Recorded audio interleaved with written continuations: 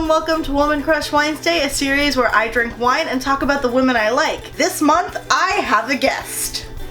Ta-da! This month's Woman Crush is on one of my favorite authors and one of my favorite historical figures, Jane Austen. So this is to Jane.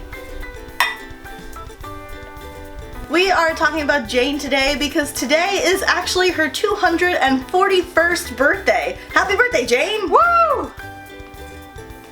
She was born on December 16th, 1775 in Steventon, England. She was the youngest of 7 children, and we're only going to mention a few of them. There was George, who was 10 years older than she was. He had some kind of developmental issue where he was nonverbal, and so Jane has referenced in some of her letters that she learned to speak with him using her fingers. She and her brother Henry were particularly close. He actually acted as her literary agent later on in her career. He knew a lot of wealthy people and was very well connected. And then there was Cassandra, her older and only sister, who she was extremely close to. They were best friends. Her father was a clergyman and they lived a pretty comfortable middle-class life. To make that happen, her father consistently taught 4 or 5 other boys within the confines of their house. So on top of her 6 brothers, there were at any given time 4 extra boys in the house. Although granted, all of her brothers probably didn't live at the house at the same time. Her family had a habit of sending the kids away when they were very young to live with somebody else and then bringing them back when they were 2. This is really funny considering how few males are actually featured in her books compared to the female representation and the representation of female relationships within her novels. To noisy, rowdy brothers.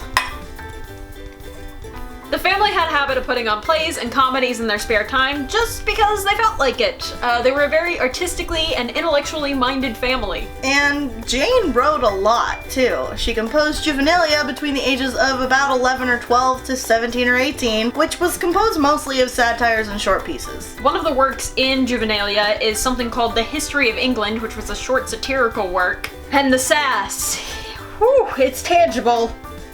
To quote, she, Mary I, would be succeeded by that disgrace to humanity, that pest of society, Elizabeth. Jane and her sister Cassandra were sent to school at Oxford in 1783 where they contracted typhus. And Jane almost died. Almost. She was actually pretty much saved by her cousin Jane Cooper, who wrote to their parents about the illness. And then Jane Cooper's mother died of typhus. Oops. At which point the Austen parents decided that Oxford may just not be the right fit for their children. Jane and Cassandra were sent to another boarding school where they stayed until about 1786, at which point they were no longer able to financially support their children's education, so they just brought them home to educate them. Which turned out to be fine, because Jane read a lot. In 1796, when she was about 19 or 20, Jane met a very charming man named Tom Lefroy, who she then entered into a courtship/flirtationship, but because of her low standing and his family and education, Tom was sent away, and he and Jane were never really able to reconvene. He actually went on to marry a duchess, or something. I'm just drinking to that, because Jane got screwed. Given the societal standards of chaperones and stuff, it's very unlikely that they ever even kissed or... they probably held hands, but there was probably no kissing. So just know that if you're 20 and you've never been kissed, you can still go on to write several critically, classically acclaimed novels. I'm already halfway there. She finished the first draft of Eleanor and Marianne that year, which was an epistolary draft of Sense and Sensibility. An epistolary is just really a collection of letters, but I think it's important to remember that at the time, novels weren't really that popular. It was kind of seen as trashy, and it wasn't really something that a dignified writer did. That was really reserved for plays, letters, and poetry. Just a few months before her 21st birthday, she would finish the first draft of First Impressions, which would later be known as Pride and Prejudice, in August 1797. Her father sent it to a publisher in November, but it was pretty much returned unopened, which was a super rude way of saying, we don't want this. Her parents were really supportive of her writing career, which is awesome because not only was it not really seemly for a lady to write novels, but also how many parents do you know that actually support their children's artistic careers today? Thanks, Mom and Dad. Yeah. Then her family decided to move to Bath, which, whew, Jane was not thrilled about. Her father retired in 1801, and she wrote and sold to a publisher, Northanger Abbey, which was then called Susan, and the publisher decided to just not publish it. We don't really know why. In 1802, she and her sister visited some old friends, and the brother of that family proposed to Jane. And she was like, yeah, let's do it! And then literally the next morning, she was like, I'm gonna not do that. But thank you! And then they left.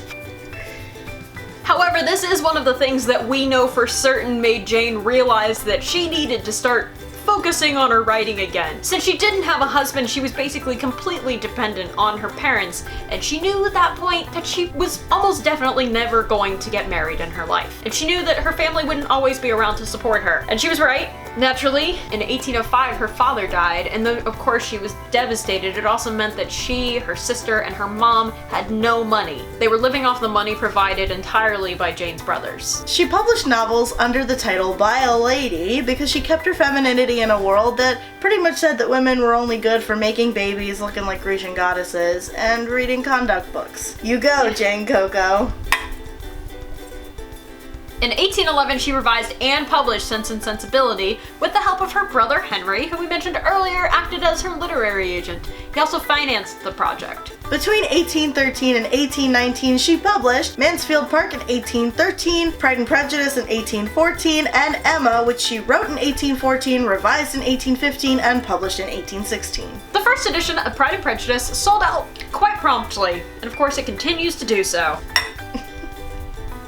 But she wasn't wildly successful. The money that she got from the books was more equivalent to a part-time retail job. So it helped, but it certainly wasn't enough money to support herself or her family. She started writing Persuasion, and then her brother Henry got sick. She moved to London, and I actually saw the place where they lived because it was about 20 minutes away from the house that I was living in. I'm drinking to that. And then she got sick.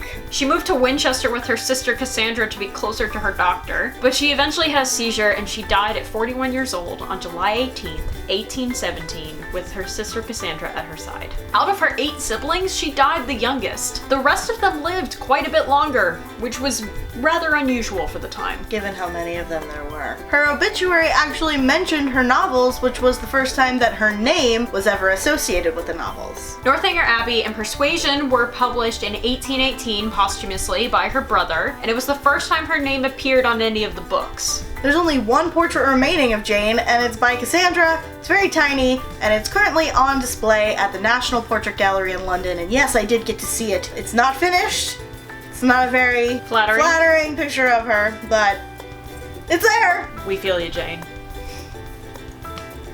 Her travel desk is also on display at the British Library, which I did get to see, and then she had a travel desk because the girl wrote everywhere. How do you write like you needed to survive? How do you write every second you're alive, Jane? In 1869, her nephew published a memoir of Jane Austen, which changed her reputation forever, as it reached a wider audience than her novels had up until that point. This is where we got this idea that she was really just a nice old spinster lady who just wrote because it was fun and she did it in her spare time and not because she wanted money and not because she was serious about it. That was not true. Just for the record, it was not true. This would come to help solidify her as a popular literary figure. Around the 1940s, when literary criticism began to be seen as a more legitimate, not only career but also field of study, Austen's works became a base of classic literature rather than just popular. Most of Jane's letters, almost 3,000 of them, were either burned or destroyed by family members. Cassandra wrote that she burned or censored some of the letters because of what basically amounts to salty comments about neighbors or family members, because as we see from Lizzie Bennet, Jane Austen is the Regency era's queen of sass.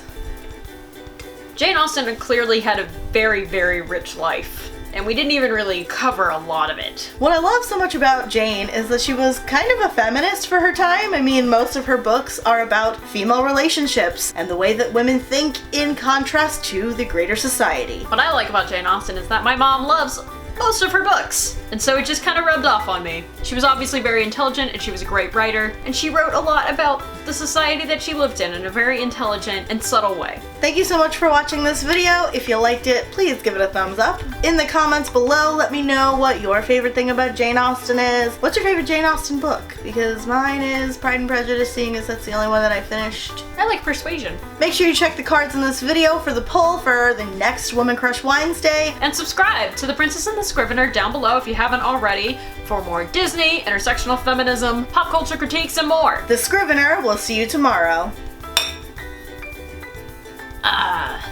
So bitter. So grapey.